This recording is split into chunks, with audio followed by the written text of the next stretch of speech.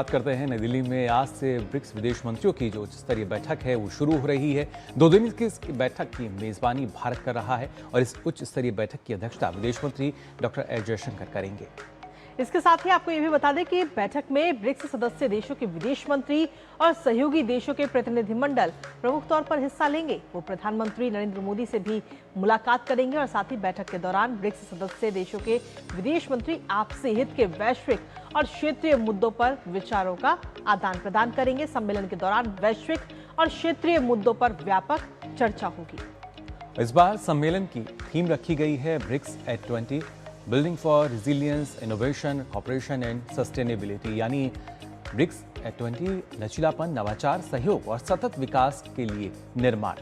खास बात यह है कि बैठक से पहले डॉक्टर जयशंकर आज कई द्विपक्षीय बैठक भी करेंगे।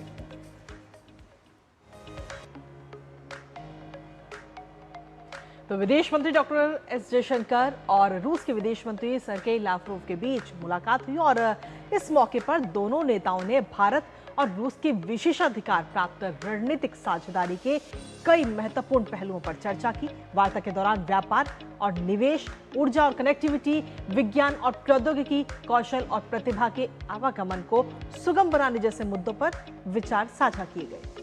इसके अलावा दोनों पक्षों ने वैश्विक और बहुपक्षीय मामलों पर भी आपसी हितों के मुद्दों पर चर्चा की। रूस के विदेश मंत्री सर्गेई लावरोव ने कहा है कि भारत की ऊर्जा आपूर्ति से जुड़े सभी समझौते पूरे किए जाएंगे। उन्होंने कहा कि रूस यह सुनिश्चित करेगा कि बाहरी और अनुचित प्रतिस्पर्धा से दोनों देशों के समझौतों पर कोई असर न पड़े। उन्होंने कुन्नकुलम परमाणु ऊर्जा संयंत्र को भी प्रमुख परियोजना बताया और कहा कि इस परमाणु संयंत्र के लिए नई विद्युत इकाइयों के निर्माण पर भी रूस का सहयोग जारी है।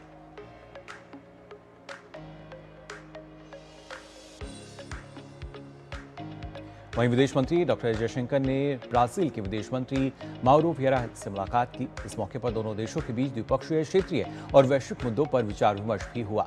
डॉक्टर एस जयशंकर ने कहा कि भारत ब्रिक्स की अध्यक्षता पर ब्राजील के समर्थन को महत्व देता है।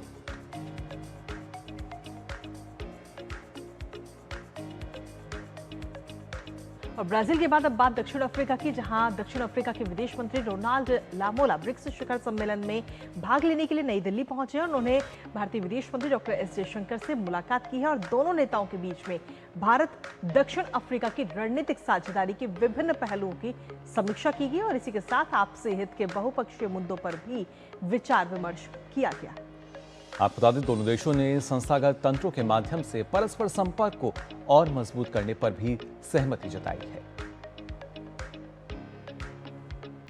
और इसी पर ताजा अपडेट लेते हैं। इस वक्त हमारे साथ में हमारे सहयोगी चंद्रशेखर जोशी इस वक्त जुड़ रहे हैं, सीधा उनका रुख करते हैं। चंद्रशेखर, ब्रिक्स सम्मेलन और ऐसे में अगर हम देखें तो डॉक्टर एस जयशंकर कई देशों के जो विदेश मंत्री हैं उनके साथ खास मुलाकात करते हुए नजर आ रहे हैं। द्विपक्षीय वार्ता भी होनी है। क्या कुछ अहम मुद्दे इस दौरान आपको नजर आते हैं जिन पर चर्चा होनी संभव है? बिल्कुल, देखिए काफ़ी महत्वपूर्ण यहाँ पर ये बैठक हो रही है जो ब्रिक्स देशों के विदेश मंत्रियों की बैठक है। और जैसा कि हम जानते हैं कि भारत इस बार ब्रिक्स का अध्यक्ष है और इसी को देखते हुए ये बैठक और काफ़ी महत्वपूर्ण हो जाती है और तमाम जो वैश्विक और क्षेत्रीय मुद्दे हैं उन पर यहाँ पे बातचीत होगी, विचार विमर्श होगा। और आपको बता दें कि जो ब्रिक्स के फाउंडिंग मेंबर हैं जिसमें ब्राज़ील है, रूस है, भारत है, चीन है, साउथ अफ्रीका है, उनके विदेश मंत्री यहाँ पर पहुँच चुके हैं। चीन के विदेश मंत्री नहीं आए हैं क्योंकि वहाँ पर उनको चीन में कोई काम था और उसकी वजह से चीन के जो विदेश मंत्री के यहाँ पर प्रतिनिधि हैं वो यहाँ पर मौजूद रहेंगे।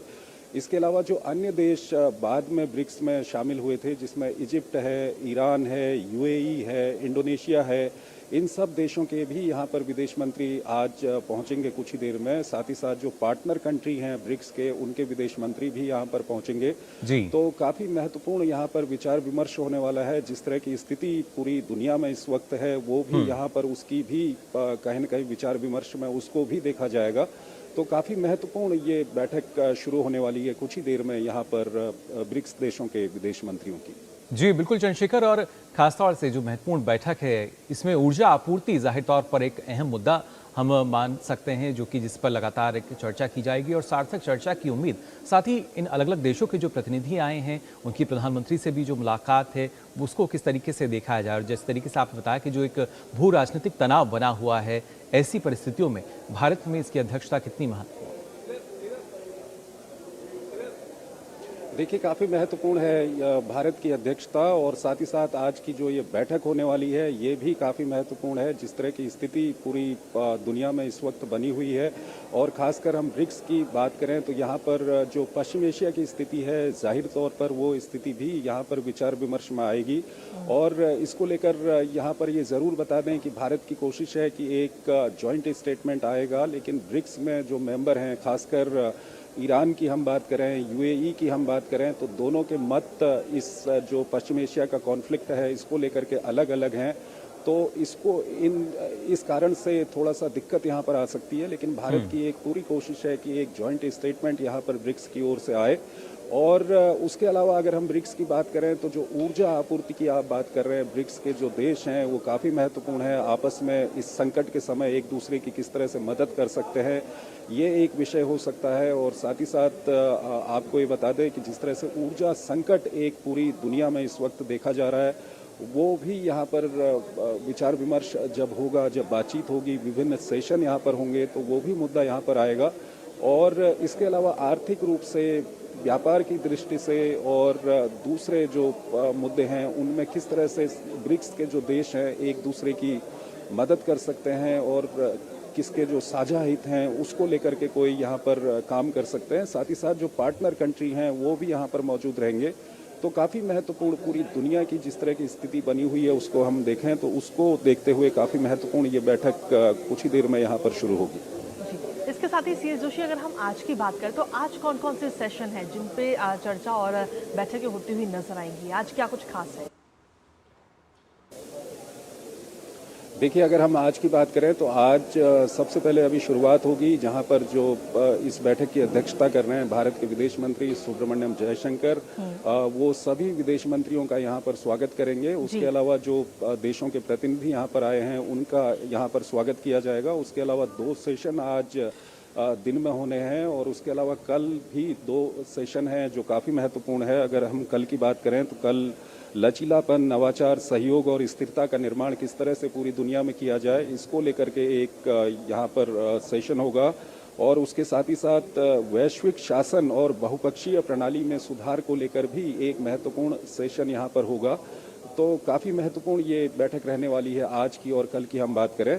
और यहाँ पर जो तमाम विदेश मंत्री आए हैं, इनमें से कई सारे विदेश मंत्री हम देखेंगे कि जाके प्रधानमंत्री से भी इनकी मुलाकात होगी।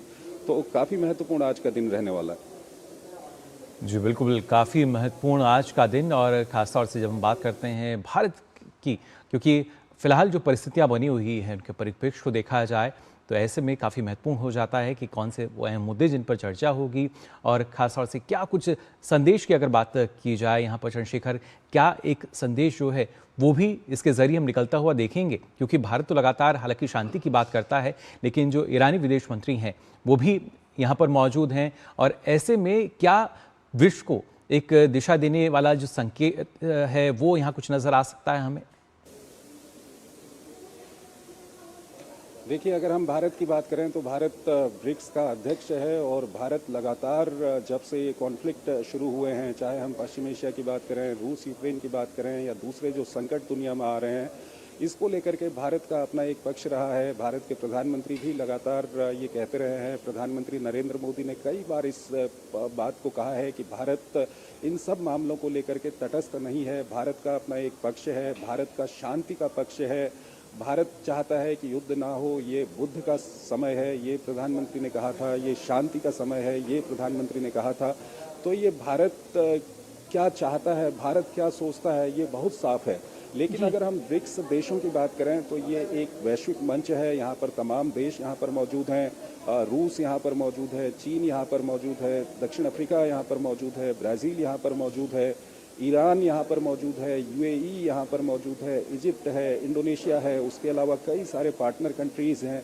तो भारत की कोशिश होगी कि जिस तरह के हालात बने हुए हैं पूरी दुनिया में, उसको लेकर के एक जॉइंट स्टेटमेंट आए और एक संकेत कहें या संदेश कहें पूरी दुनिया को जाए, लेकिन यहाँ पर एक कंसेंसस बनाना थोड़ा सा मुश्किल हो सकता है, क्योंकि पश्चिम एशिया की अगर हम बात करें तो यहाँ पर ईरान भी है, यूएई भी है, और दोनों के अपने अपने पक्ष हैं इस कॉन्फ्लिक्ट को लेकर के। तो ये देखना होगा कि इस जो बैठक होती है इसके बाद क्या कुछ होता है। इसके साथ ही सीएस जोशी, जिस तरीके से आपने बताया भी कि ब्रिक्स की जो अध्यक्षता है वो इस बार भारत कर रहा है, तो ऐसे में भारत के नजरिए से अगर हम देखें तो इस बार के इस सम्मेलन से किस तरीके से रणनीतिक और आर्थिक स्तर पर भारत को आगे आने वाले समय में फायदा मिलता हुआ नजर आ सकता है? देखिए, भारत के नज़रिए से हम बात करें तो भारत यहाँ पर ब्रिक्स की अध्यक्षता कर रहा है, और 2026 में भारत ब्रिक्स का अध्यक्ष है, और ये विदेश मंत्रियों की बैठक यहाँ पर हो रही है। तो तमाम जो वैश्विक मुद्दे हैं, जो क्षेत्रीय मुद्दे हैं, वो यहाँ पर आएंगे। और इस वक्त की अगर हम बात करें तो वैश्विक मुद्दों में जैसा कि आप जानते हैं कि ऊर्जा संकट की बात है, या विभिन्न तरह के जो संघर्ष चल रहे हैं, और खासकर पश्चिम एशिया का जो संघर्ष है, तो भारत कहीं ना कहीं चाहेगा कि जो भारत का पक्ष है, जो शांति का पक्ष है, जो युद्ध ना होने का पक्ष है, जो प्रधानमंत्री नरेंद्र मोदी बार बार कहते रहे हैं कि भारत बुद्ध का देश है और ये युद्ध का समय नहीं है, ये शांति का समय है, तो भारत चाहेगा कि ये संदेश कहीं ना कहीं पूरी दुनिया में जाए। और भारत की ये भी कोशिश रहेगी कि यहाँ पर एक जॉइंट स्टेटमेंट आए और सभी देशों के बीच में एक कंसेंसस बने, और भारत इसके लिए पूरी कोशिश कर रहा है। हालांकि ये देखना होगा कि अब ये जब बैठक शुरू होगी और यहाँ पर विभिन्न सेशन होंगे तो क्या कुछ होता है, ये देखना काफी महत्वपूर्ण होगा। जी बिल्कुल, ना सिर्फ जॉइंट स्टेटमेंट बल्कि देखना होगा किस तरीके से अलग देशों के साथ एक जो सहमति है वो बनती हुई नजर आती है, और किस तरह का एक स्पष्ट संदेश जो है वो इससे निकलता हुआ नजर आएगा। फिलहाल बहुत बहुत शुक्रिया आपका चंद्रशेखर जोशी हमारे साथ जुड़ने के लिए।